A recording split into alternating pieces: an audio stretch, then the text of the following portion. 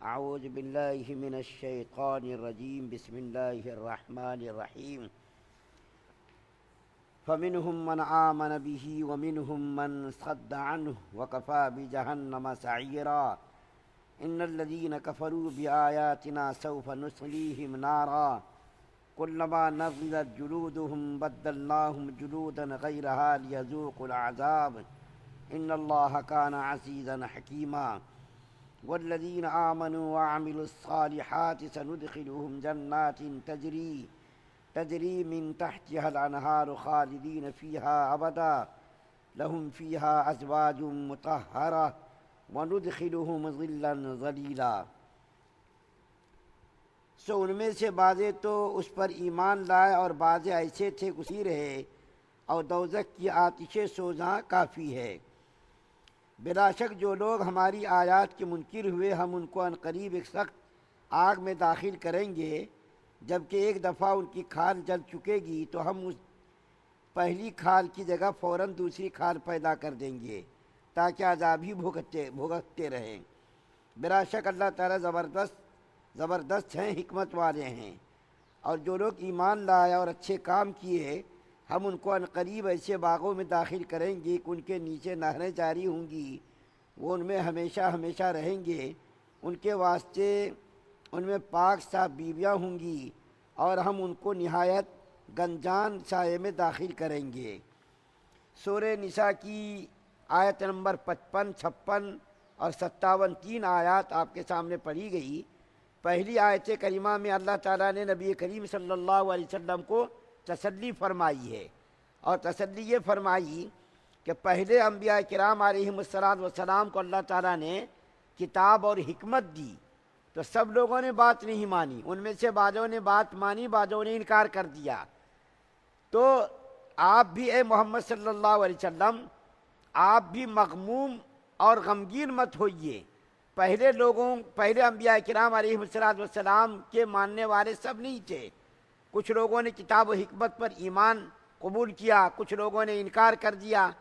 آپ کی بھی رسالت اور قرآن پاک کے نازل ہونے پر اگر بعض لوگ ایمان نہ لائیں تو اس سے آپ کو غمزدہ ہونے کی ضرورت نہیں، یہ تو پہلے سے چلا آ رہا ہے۔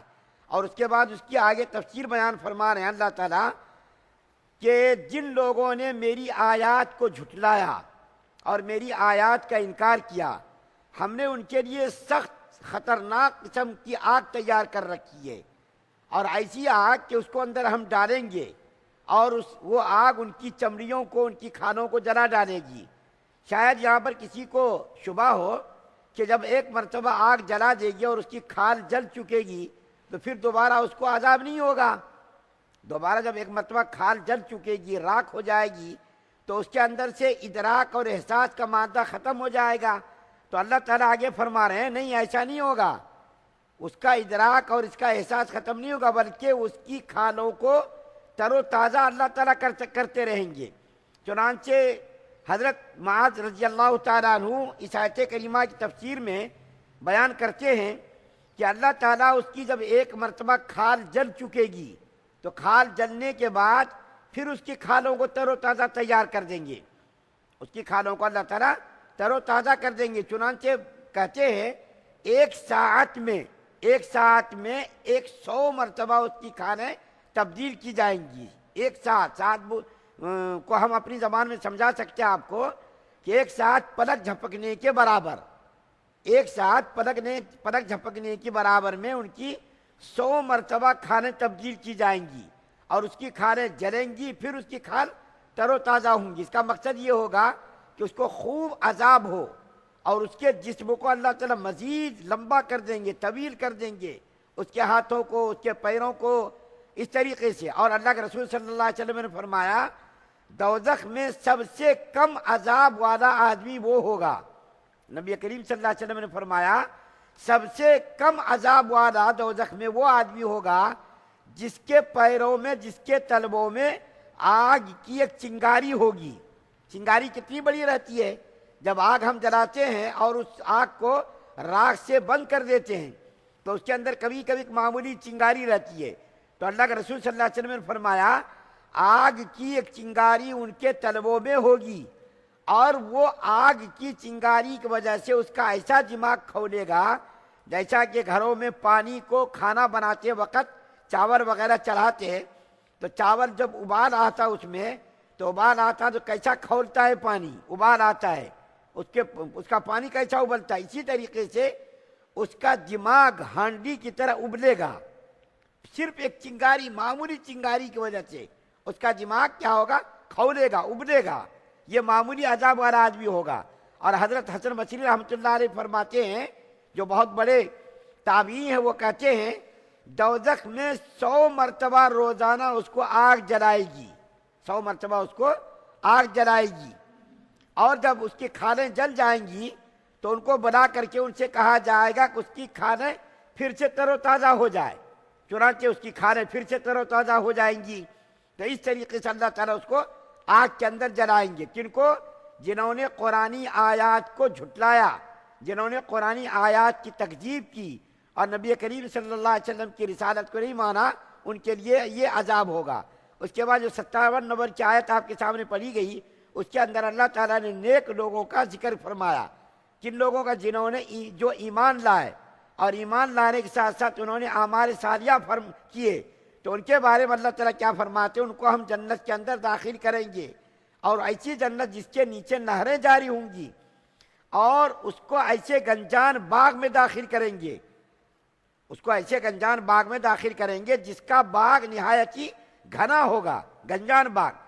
57 نمبر کی آیت میں جنت کی 2 خوبیوں کا اللہ تعالیٰ نے تذکرہ کیا۔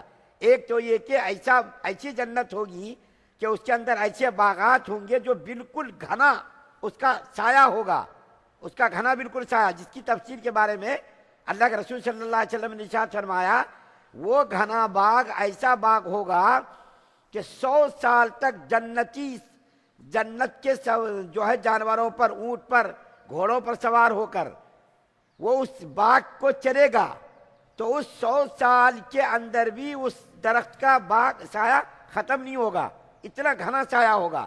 اور آپ کو میں بتا دوں، جنت کے اندر جو سواریاں ہوں گی اس کی رفتار کا یہ عالم ہوگا کہ جہاں تک آدمی ایک نظر جاتی ہے، کہاں تک ایک نظر جاتی ہے؟ نظر کمزور بھی رہے تو اگر مکانات سامنے حائل نہ ہو تو آدمی کی نظر کہاں تک جاتی ہے؟ آسمان کے بالکل کنارے تک۔ اتنا تیز رفتار وہ جو ہے گھوڑا ہوگا یا اونٹ ہوگا، اس کا ایک قدم پڑے گا اتنا لمبا، تو اندازہ لگائیے کہ اس کی رفتار کا کیا عالم ہوگا۔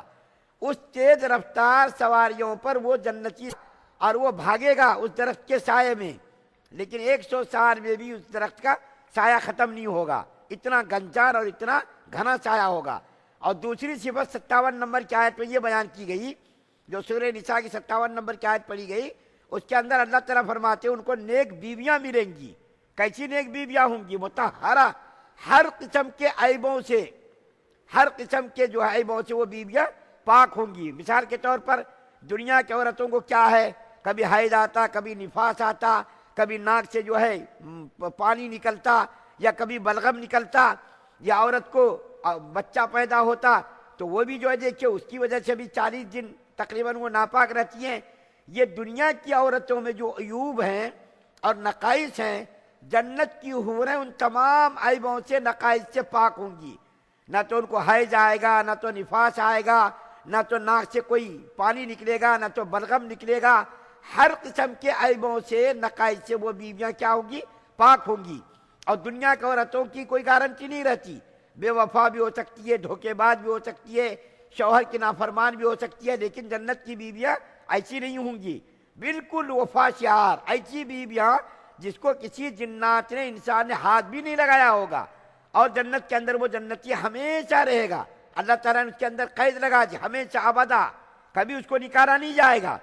کیونکہ کبھی کبھی ایسا ہوتا ہے، مثال کے طور پر میں گھر میں ہوں، مسجد کے روم میں، تو ہوگا نا نہیں، اگر ہم نکلیں گے کم سے کم مرنے کے بعد تو خالی کرنا ہی پڑے گا۔ ایک تو دل کے اندر ڈاؤٹ رہتا، شبہ رہتا، آپ کو کسی مکان میں رکھ دیا جائے، رکھنے کے بعد کہہ دیا جائے بھائی آپ کا دل جب تک چاہے رہو، اس کا کیا مطلب ہوا؟ جب ہم چاہیں گے ہم آپ کو نکال دیں گے، کبھی تو نکلنا ہوگا نا۔ اور اگر آپ نہیں بھی نکلے تو کم سے کم موت کے بعد تو تم کو خالی کرنا پڑے گا۔ لیکن اللہ تعالیٰ نے جنت کے بارے میں قید لگا دی کہ جنت کے اندر سے کبھی بھی جنتی کو نہیں نکالا جائے گا۔ اور کہیں کہیں جہنم کے بارے میں اللہ تعالیٰ نے قید لگا دی، ہمیشہ جہنم کے اندر رہیں گے وہ، تاکہ اس کو دل کے اندر کبھی یہ جو ہے خیال نہ پیدا ہو کرے ہم کو جہنم سے کبھی تو اللہ تعالیٰ نکالیں گے۔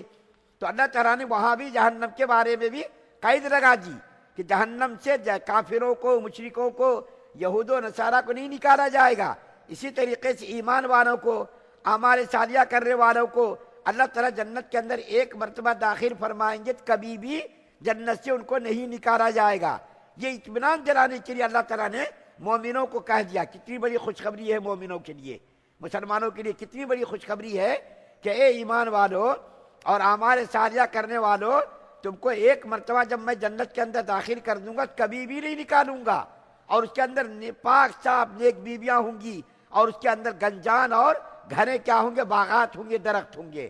اللہ تعالیٰ سے دعا ہے کہ اللہ تعالیٰ ہم تمام مسلمانوں کو جنت کا داخلہ مقدر فرمائے، جہنم سے ہم سب کی حفاظت فرمائے، ہم تمام مسلمانوں کی صغیرہ کبیرہ گناہوں کو معاف فرمائے۔ سبحان اللہ بحمدہ، سبحانک اللہم وبحمدک، ونشہد ان لا الہ الا انت۔